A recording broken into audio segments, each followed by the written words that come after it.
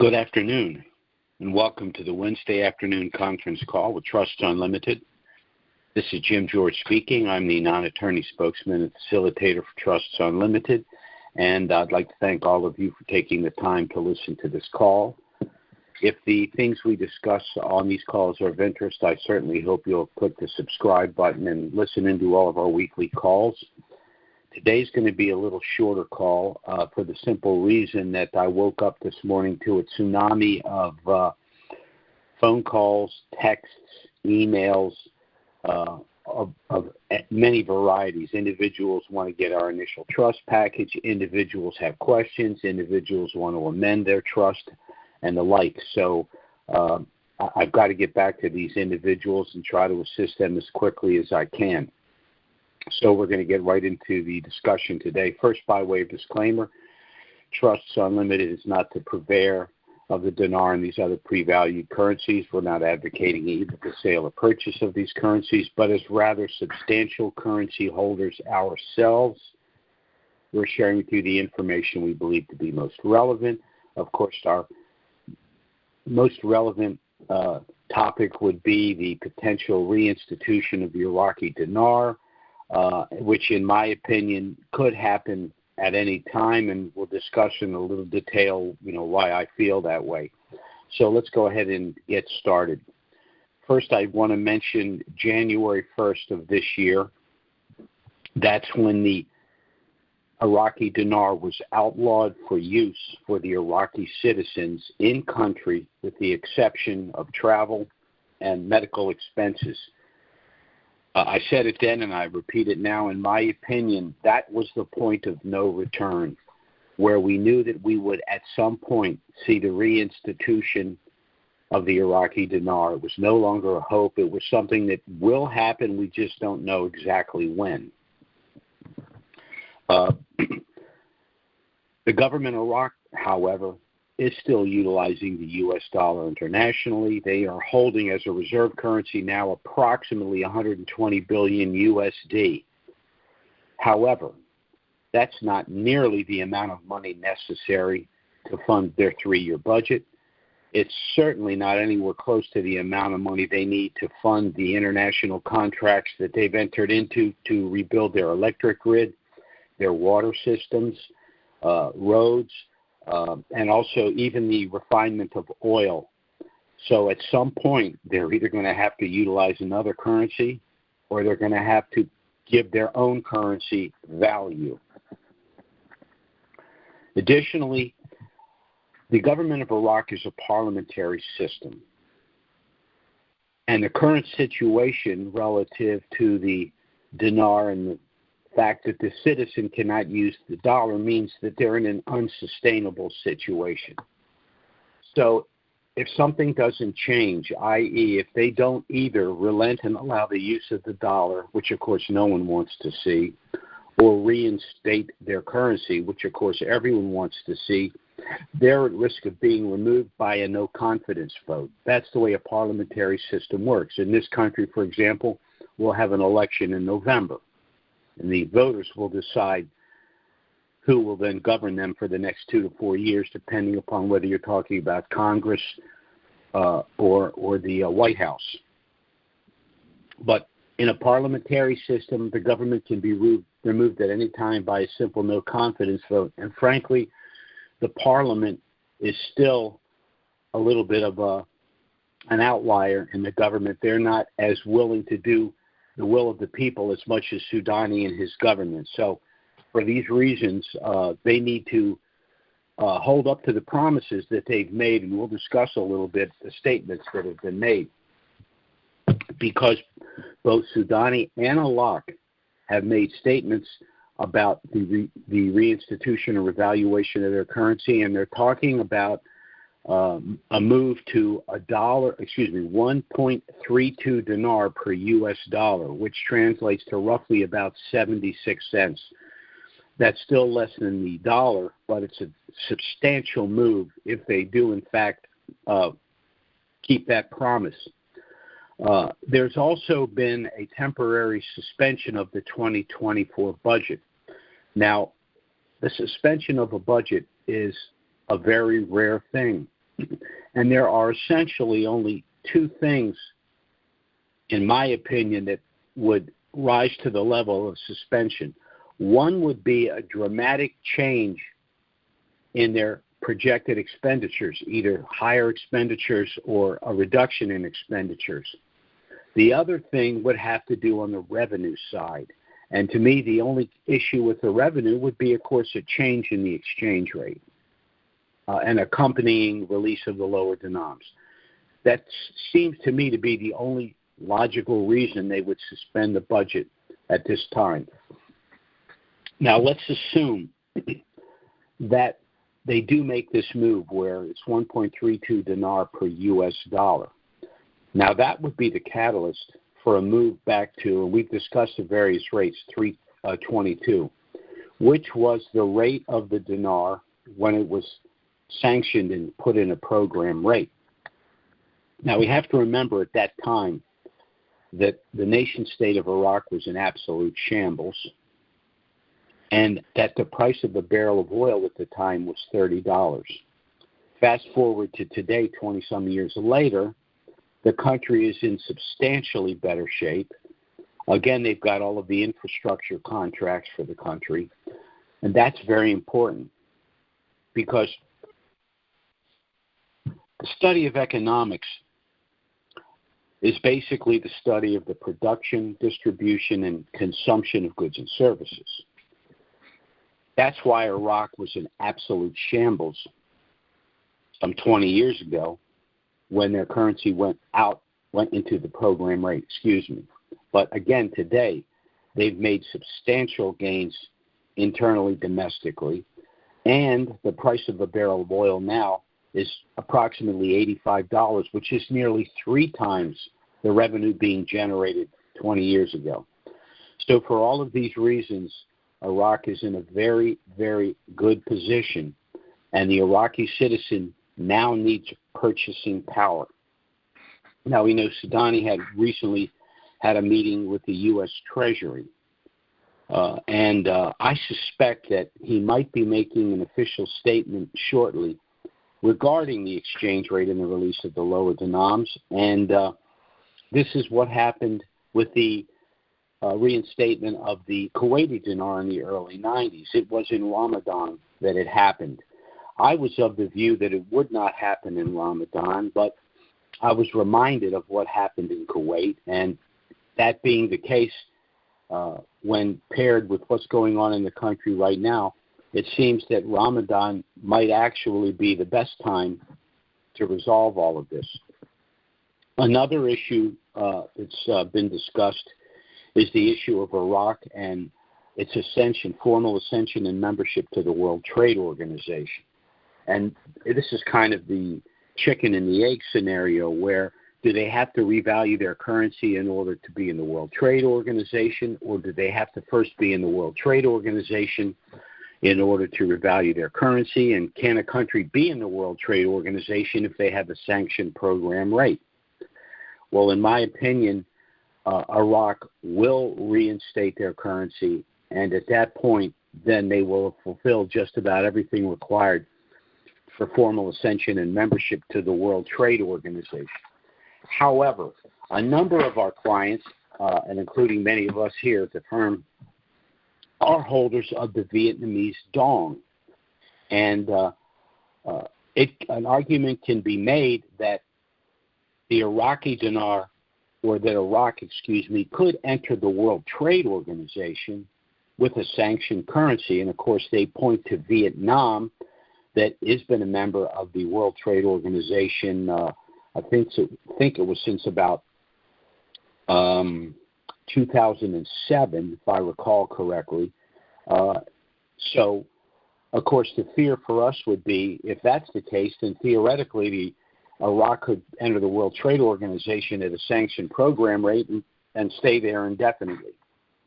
I don't think that's the case because I think Vietnam's geopolitical situation is entirely different than that of Iraq. The analogy I might make is that just as Iran has lost control of Iraq, I think China is pretty much on the verge of losing its hegemony and control over Vietnam for a number of reasons, a couple of which would be that recently Vietnam had discovered a very new large oil reserve just off the coast of North Vietnam. And they also have an indigenous plant that is a very good sugar substitute, which is in great demand, particularly in the West. So Vietnam is positioned pretty well. We have to remember that China is singularly the worst player on the international stage. And it's unfortunate that the nations in the West have allowed it. China entered the World Trade Organization in 2001, sponsored, unfortunately, by the United States. And the first thing they began to do was to artificially devalue their currency in order to corner the international trade market. I believe China is the only country in the world that has trade agreements with virtually every country on the planet. And I believe we're running about a 500 billion trade deficit with China ourselves, so we're hardly in a position to criticize China or other countries that are doing business with them. Also, China, along with India, are two countries that have been exempt from compulsory membership to the Paris Climate Accord until 2030. And as a matter of fact, if you read the agreement itself, it says that the nations may rather than shall be members. And if you know anything about contracts, the difference between may and shall, that's a deep, deep chasm or a wide chasm. Also, in 2030, I doubt very seriously whether China is ever going to comply with the Paris Climate Accord, even if they become a member.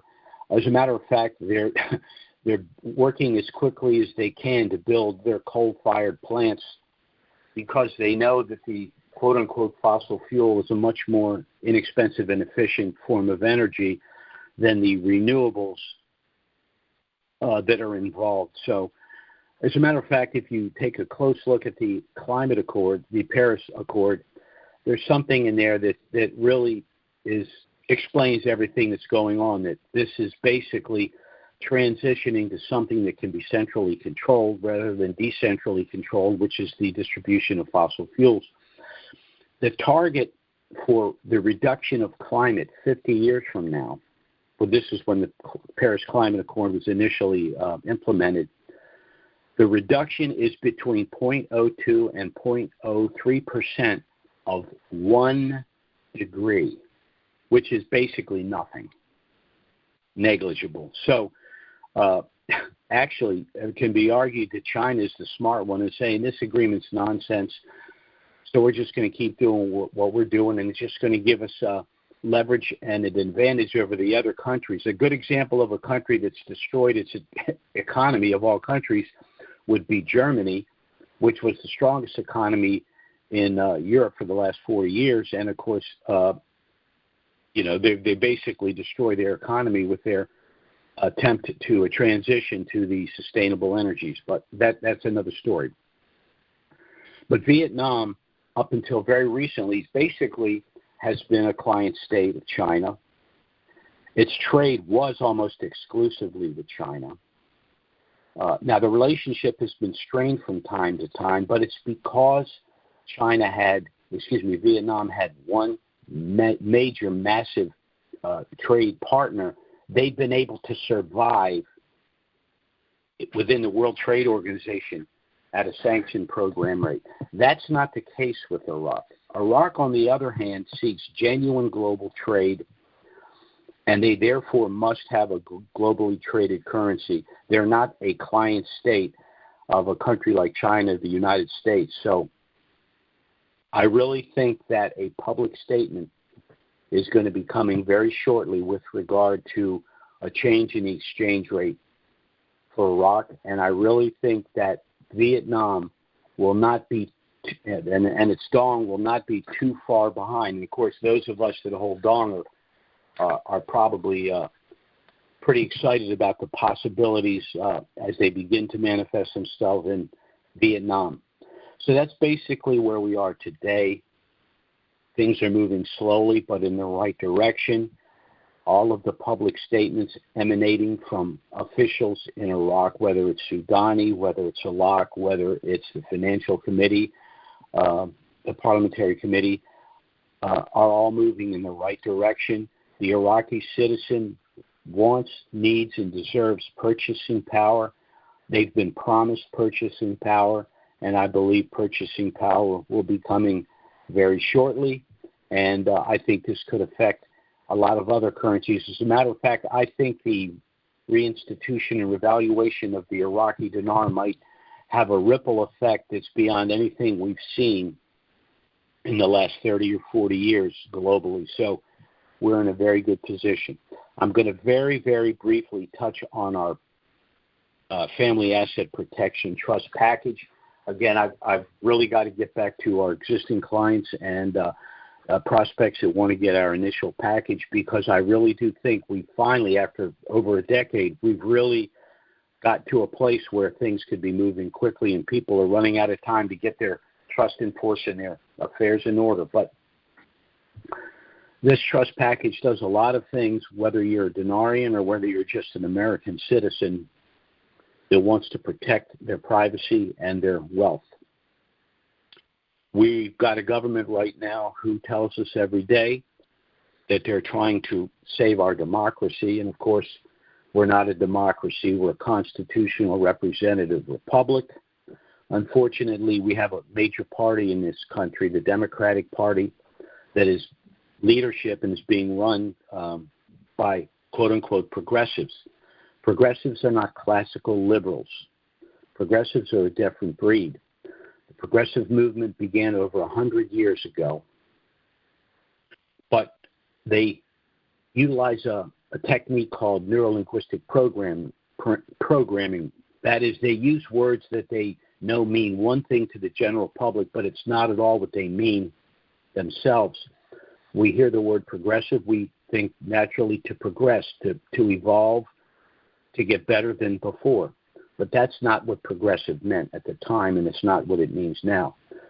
They were called progressives because they wanted to progress beyond the colloquial constraints of the Constitution. In other words, we had limited government, and they didn't want limited government. They didn't want a government run with the permission of the people. They wanted a government that they could run to dictate to the people. If you don't believe that, let's take a quick look at what the progressive wing of the Democratic Party wants to do. They say they oppose election interference, but that's all we've witnessed in the last 6 months, doing everything they can to take the number one guy in the polls off the playing field. They want to stack the Supreme Court. They want to end the Electoral College. They want to end the Senate filibuster. They want illegals to be included on the census for determining how many House seats a given state has, which is why they permitted 10 million illegals to enter the country in the last 3 years. They also want to amend or repeal the First Amendment, the Second Amendment, the Fourth Amendment, the Fifth Amendment, and the 10th Amendment. And, of course, the creation of the central bank digital currency is a direct assault on your Fourth Amendment right to privacy. So these people aren't about a republic or about democracy. They're about absolute control. And that's what's going on. But an instrument like our trust package goes a long way to defend against these attempts. And I do think they're going to fail at this, but I think we're going to have a real rough time this year prior to the election, because there's an informational civil war going on right now. And let's talk about the benefits of our trust package. Provides privacy and anonymity, meaning that the assets within the trust are sealed and no one knows what your actual holdings are, your net worth, or what you possess. Trust will allow you to avoid IRS scrutiny, primarily because as the beneficiary of the trust, you will enjoy the benefits of the income stream of the trust, but the actual business is taking place within the trust itself. This trust also includes a gifting sub-trust. Now, those of us that have currencies and other currencies and other pre-valued currencies in addition to the dinar are gifting currencies to family and friends, but there are situations where we're hesitant to give certain individuals substantial lump sums because of their age, because of their inexperience. Perhaps they're irresponsible, they have disabilities, whatever. Well, this subtrust within our package allows you to gift the currencies to these recipients pre-RV in order to avoid the federal gift tax and allow you complete control of the post-RV proceeds. This trust will also allow your estate to bypass the cost and delay of probate, meaning that no one will know the size of your estate, who your heirs are, how much they each stand to inherit, and the trust will allow you to avoid the federal estate tax. The federal estate tax can be as high as 65% of your estate, in excess of $12.2 million. So if your assets are in this trust, there is no probate, there is no public disclosure of your estate. Your heirs would have immediate access to their inheritance, and there would be no federal estate tax. This trust also provides some very important and specific asset protection benefits, one pre-RV, one post-RV. Pre-RV, this trust will allow you to circumvent something called the Uniform Fraudulent Transfer Act. Well, what does that mean? Under our system of civil procedure, you can only be sued for what you actually own in direct title or the value of property at the time you transfer it out of title to an entity like our trust package. So as an example, you purchased 10 million dinar for $10,000, transferred the currencies to our trust. They subsequently revalue for, let's say, for $1. You now have 10 million in your trust, but you can't be sued for 10 million. You can only be sued for 10,000 because that's all the currencies were worth when you transferred them out of title. Post-RV, there's a benefit I like to refer to as limited liability stop loss. This protects you from future bad acts after you've acquired this wealth. This protection is accomplished through a strategy called segregation of assets. Very simply, each major asset you own is put in a separate sub-trust. As an example, let's say post-RV, you're driving one of your new cars, you have an accident, the accident's your fault. Well, the individual could sue you, but you don't own anything, so the purpose of a civil suit is monetary award. The individual would be left to sue the owner of the car that you were driving. Well, that car is owned by one of your sub-trusts. The only thing in that sub-trust is that one car in the car insurance policy. They would be barred from suing your other assets because they're in the other sub-trusts, which under the law or separate single entities or persons not involved in the accident in question. So that protects all of your other net worth and your other assets and net worth, meaning that your trust package works very much the way a commercial barge would work, where all of the valuable cargo would be stored in a series of small compartments. In the event that any compartment is ever breached, the only potential loss would be the cargo in that one compartment. The cargo in the other compartment is safe and secure due to the firewalls, and the barge will never sink. So these are the reasons that you need to establish this trust package, whether you have currencies or not. But if you are an individual that holds the dinar and these other currencies, you can cap any potential civil loss by transferring the pre-RV currencies to the trust. You're limiting any potential civil suit post-RV through the strategy of segregation of assets, and by gifting currencies to family and friends through the gift sub-trust, you will not only be able to gift them pre-RV currencies and avoid a federal gift tax, you will also have complete control of the post-RV proceeds, which then you can then manage, invest, and distribute to these individuals as you deem appropriate. Now, our trust package was initially a package of 10 trusts consisting of one master trust that will hold assigned currencies, pre-RV, and financial assets like bank accounts and investment accounts post-RV, the optional gift sub-trust, which can be utilized if you want to gift currencies to family and friends, and 8 additional sub-trusts to hold fiscal assets like homes, cars, boats, etc. This was the simplification of a rather sophisticated trust package that we've utilized in the past for our more affluent clients, a package that had an initial cost of anywhere from $6,000 to $10,000. But when we decided to market our trust to dinarians, we knew that this price tag would be unaffordable for many. So by simplifying the package, we've been able to reduce the cost to $3,000. There's several ways you can pay for that. Pay us up front. We'll discount the price by $500, charge you only $2,500.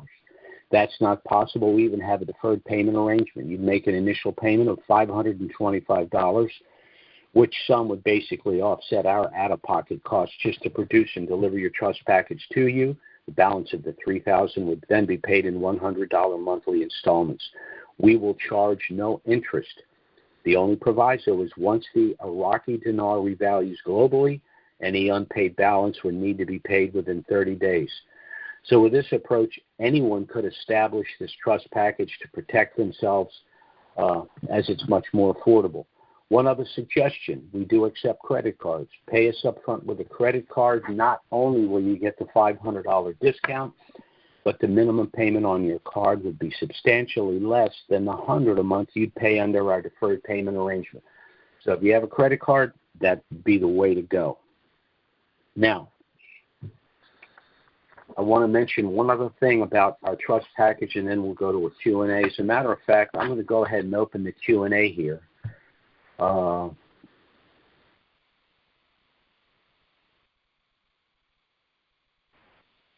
Before we entertain any of the questions, I do want to mention a couple of things. Our trust package was authored by our attorney, Robert Bly. He's been a practicing attorney for over 40 years, specializing in the areas of estate planning, asset protection, and offshore planning. I myself hold degrees in political science, macroeconomics, and finance. I've worked in these areas for over 40 years myself, and I, along with my clients, were personally involved in the reinstatement of the Kuwaiti dinar in the early 90s. So between the two of us, Robert Bly and I have over 80 years' experience working in these areas. It's important to understand that under our system of civil procedure, it's when you hold assets in direct title that you can lose control of them or lose them outright. And it's precisely those times in life that you need and want control that the wheels can come off the cart. If you've lived for any length of time, you've either experienced in your own life or through friends, family and friends, things like unexpected divorce, permanent incapacitation, the onset of dementia, premature death and prolonged and complicated probate processes. Then there are, of course, investment losses, business losses, and even bankruptcies. The number 2 loss of wealth now, courtesy of the information age, is identity theft. But the number 1 loss of personal wealth remains confiscation through civil litigation. Anything you own in direct title can be taken from you. So in point of fact, the only way that you can manage, protect, and control everything and at all times is through the establishment of a package of irrevocable trusts, and particularly if you have an asset like these currencies that you anticipate a substantial increase in value. And we at Trusts Unlimited will do everything we can to help you accomplish your personal and financial objectives both pre- and post-RV as we understand them. If you'd like to get our initial no-obligation package, you can contact us either by email or phone. Our email address is trusts with an S, unlimited LLC @gmail.com. And our phone service is 307-274-4122.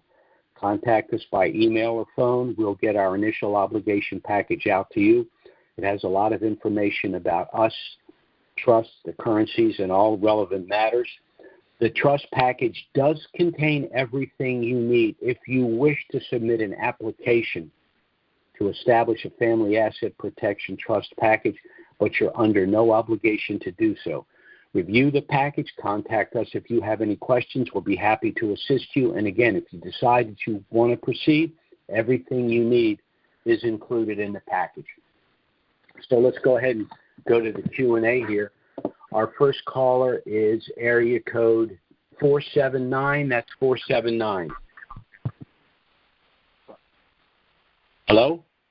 479? Good morning, Jim. Yes, sir. We forgot some other stuff this morning that I don't know if you're even aware of it, but now they passed some laws in California where illegals are allowed to carry guns, loaded guns. Yes. At that. They're talking about that in Illinois as well. Yep. And at the border, they give you a hand fist, and when we go through the airport, they search us. Yeah, well, it's no mystery what's going on here. The situation with the dinar, in some respects, has nothing to do with it, and in other respects, it does. As example, I think one of the reasons they're pushing for the central bank digital currency is because they anticipate the reinstitution of these currencies, and that's going to substantially increase the money supply. They want to make sure they have more control of it. I don't think it's going to fly, certainly not with the configuration in the House. It's not going to pass. I don't even think the majority of Democrats are going to be for it at this point. So I don't see it happening anytime soon. But the reason I bring it up is just another example of how they pretend the Constitution and the inherent rights under the Bill of Rights just don't exist. That's just, their modus operandi. And so we're going to do everything we can to circumvent their efforts. Yes, sir. And the other thing, if you can answer, is do you have any kind of back wall dates? Drop dead dates? For what? For this to happen? Dates are discussed, but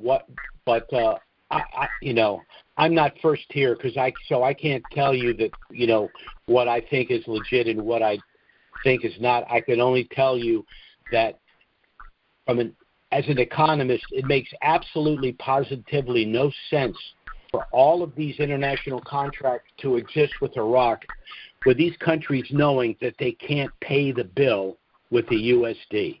So not only, in my opinion, are they operating with the assumption that the dinar is going to reinstitute and revalue globally shortly, in my opinion, they actually know the rate.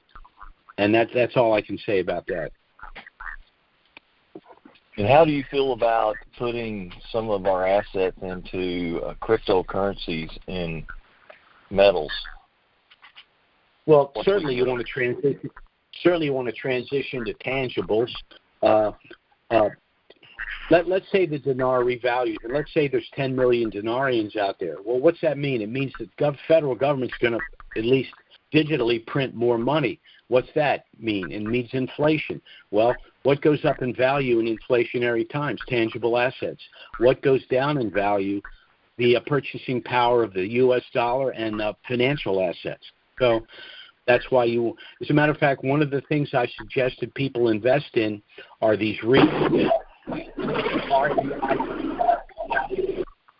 Wow, you're in a noisy place. Sorry. The REIT. That's okay. A REIT, of course, is like a mutual fund, but rather than investing in equities, it invests in real estate holdings. It pays you a dividend, but because the underlying investment is real estate, it tends to do better in inflationary times than financial assets. Well, thank you for sharing those extra thoughts with us, and I'll pass on to the next person. Okay, take care. Bye-bye now. Our next caller is area code 763. That's 763. Go ahead.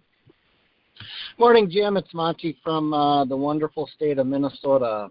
Yes, sir. Great to hear your voice again this morning, and thanks for sharing that tidbit of Vietnam in the WTO.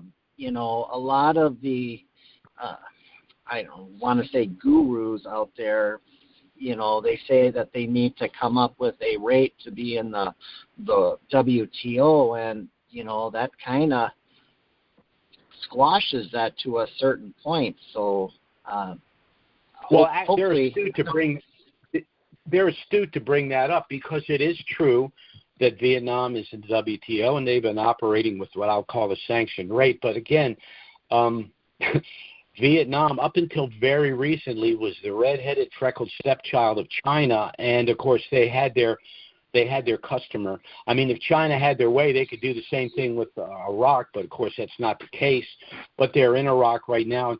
One of the reasons China is in Iraq is because of their Silk Road initiative, and the gateway between East and West is Iraq, and so they need Iraq to be part of the completion of the Silk Road Initiative.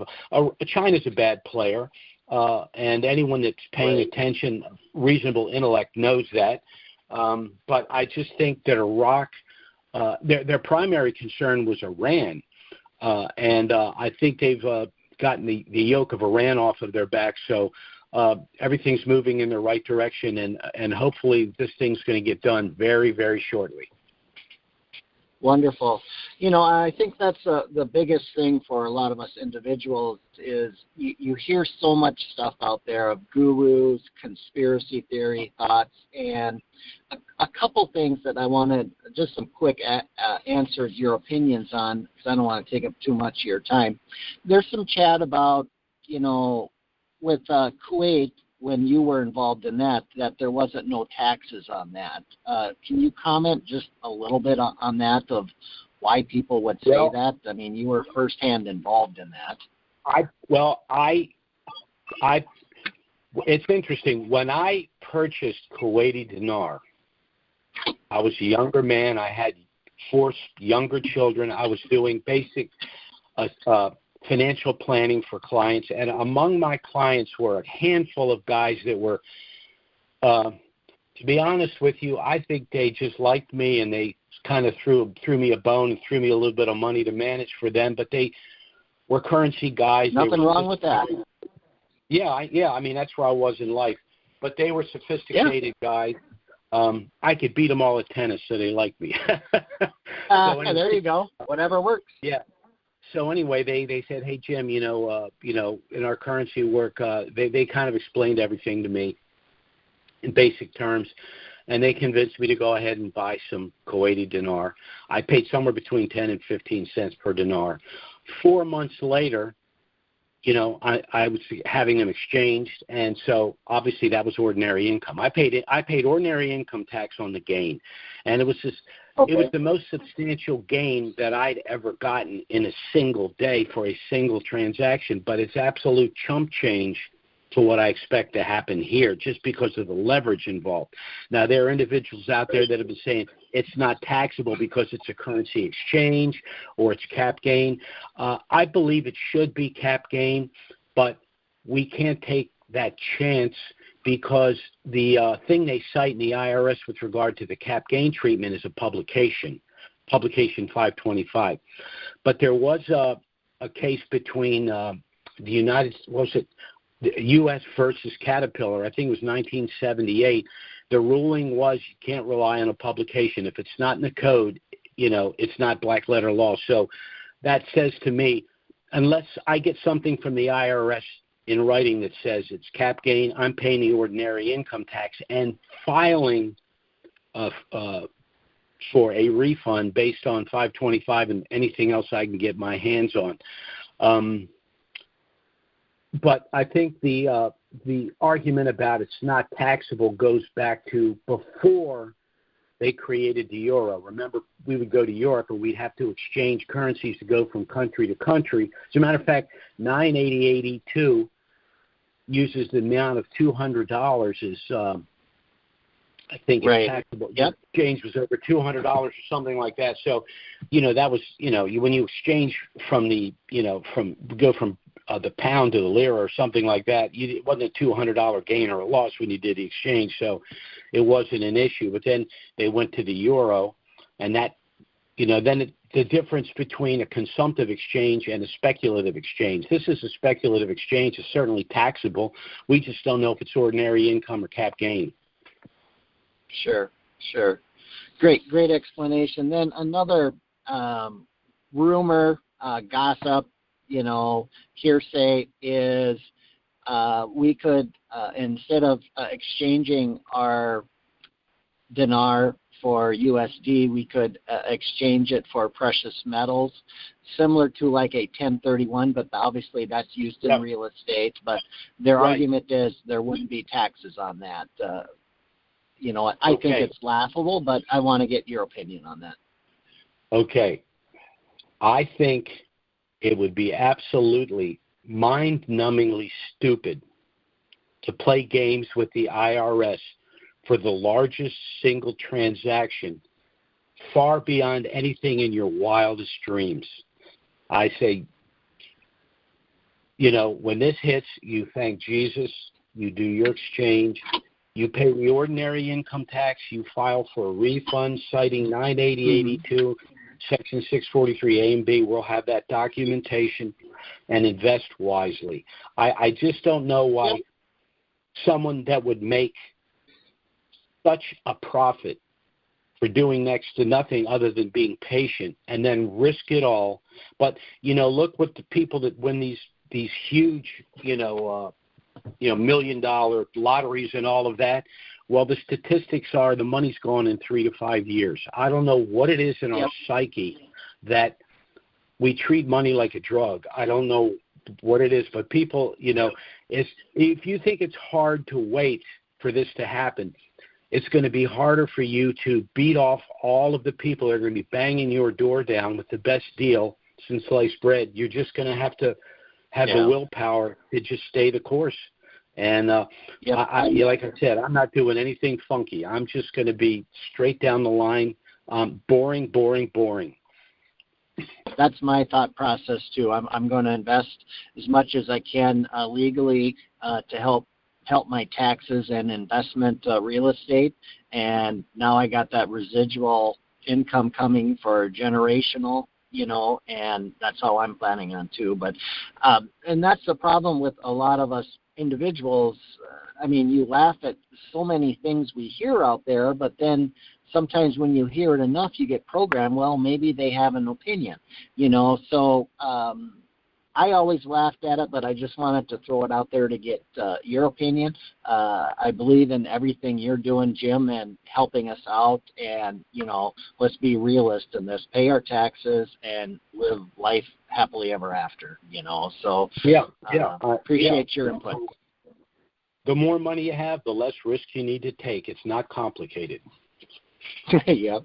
Thank you. I'll let you off to the next couple of questions here. Thanks, Jim. Take care, Marty. Bye-bye, then. Our next caller is area code 301. That's 301. Go ahead. Hi, Jim. It's Larry from Maryland. A couple kind of related questions. I'll try to ask a few of them first then. The money currently in Iraq, is it essentially as valuable as we see it or as less valuable or worthless as we see it? Are they under a lot of stress to have an actual currency? Then with the revaluation, do they need to drop the zeros first before they would revalue? And given that I'm understanding they're moving to a digital system, does that make it much simpler to move forward with this whole process? Well, I think the digital system is a control mechanism. I think the international organizations want everyone to move to digital. They are attempting to do it here. They got to slow walk it here because people are onto them. It's like it's the coup de grace to me that the central bank was the first blow, and the digital currency and the credit score and all of that's that's just absolute control, because if they control energy, if they control food, and if they control the currency, you have no control. So, we have a constitution here, and we have rights that don't exist in other countries, which is why it's hard to get a digital currency through here. Go ahead. But Jim, my question for Iraq, if they're going digital, is it simpler that they don't actually have to print cash? They would just convert it digitally, and so it's an almost instantaneous process when they choose to do it? I got to tell you, I really don't know. I don't know if they go digital, if they're going to still have physical currency. I mean, think about the digital. What happens if, let's just be weird. What happens if there's an EMT bomb during a war, or we have these irregular sunspots and things that blow up the digital system? I mean, there's got to be some sort of a backup. I just don't. I don't know. We're still in the early stages from an historic standpoint. When you stand back and look at something and say, well, this has been going on for 10 years. But when you look historically, 10 years is not a lot of time, So I don't know where all that's going. I know what I'm going to do myself is when I leave the bank, I already know. I've already got a plan. I'm transitioning as much. The only thing I need money for in a bank is liquidity and convenience. Everything else is going to be converted to tangible assets, presumably ones that I control, like real estate. Okay. Then last question. If it's not a Wednesday and we're not talking with you, how would we officially know? You could hear whatever, but how would we officially know that it is actually revalued? What would be that mechanism? Well, I can assure you that the Central Bank of Iraq is not going to call Jim George to make the announcement. I'm just like you. I'm just a guy on the street, and the news will be released. It'll come out. Of course, when it does, we'll send an email to our people to just tell them what we're doing. One of the things I'm going to do when it reinstitutes in country is then I'll be able to go to various banks and say, look, we're Trusts Unlimited. We have a certain number of clients that have dinar and other currencies. We'll give them a general estimate, and we want to know what you can do for them if they come into your bank with our trust. What can you do for them that you might not do for them if they were just one individual coming in and not part of a larger group? So, that's what we're going to do. But, I'm like everyone else, because of, my training and experience, I have access to certain things. But like I said, when it comes to the announcement and all of that, I'm just like you, waiting for the call. Okay. So then there may be like that gap between institution and country, and then for us, so we'd have that information from you that it is now time to go visit the banks. Well, everyone will know that it's time to go to the bank, but we're going to try to do on our end is say, well, we've spoken to these banks here, and we feel you can get the best deal from this bank. But you know what's going to happen. People are going to run to the bank with their hair on fire, and probably 2/3 or 3/4 of our quote-unquote clients will have already been to a bank by the time I manage to talk to everyone. They're just going to go, if not to exchange all their currency, a certain amount to do something that they've wanted to get done. But one thing I will say, a couple people say, well, I'm not going to exchange it all right away. I'm going to hold on to it. Well, Section 988E2 of the Internal Revenue Code says if the value from the exchange, the profit from the exchange would exceed $200, you must pay the tax.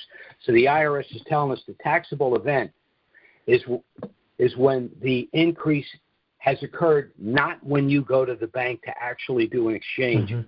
So people are not going to have the luxury of just sitting on it. That's why I always say I don't want to see a reval. Like, for example, if it were to happen right now, taxes would be due in roughly, 3.5 weeks.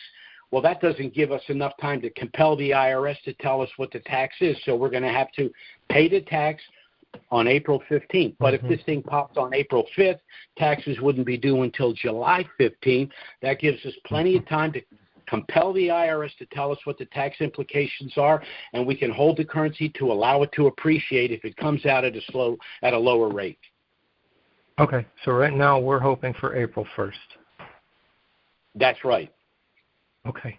I'm always hoping for a reval in the first month of any given quarter, because that gives us basically 75 days before we got to write check to the IRS. Okay. Thank you. Certainly. Bye-bye now. Okay, our last caller is area code 702. That's 702. Go ahead. Hey, good morning, Jim. Nice to hear your voice again. Hey, I've been trying to get a hold of you guys. I've sent several emails and phone calls, left messages to, get some help with the process of the trust. Okay, hold on a second. Let me write your phone number down right now, and I will call you right after this call.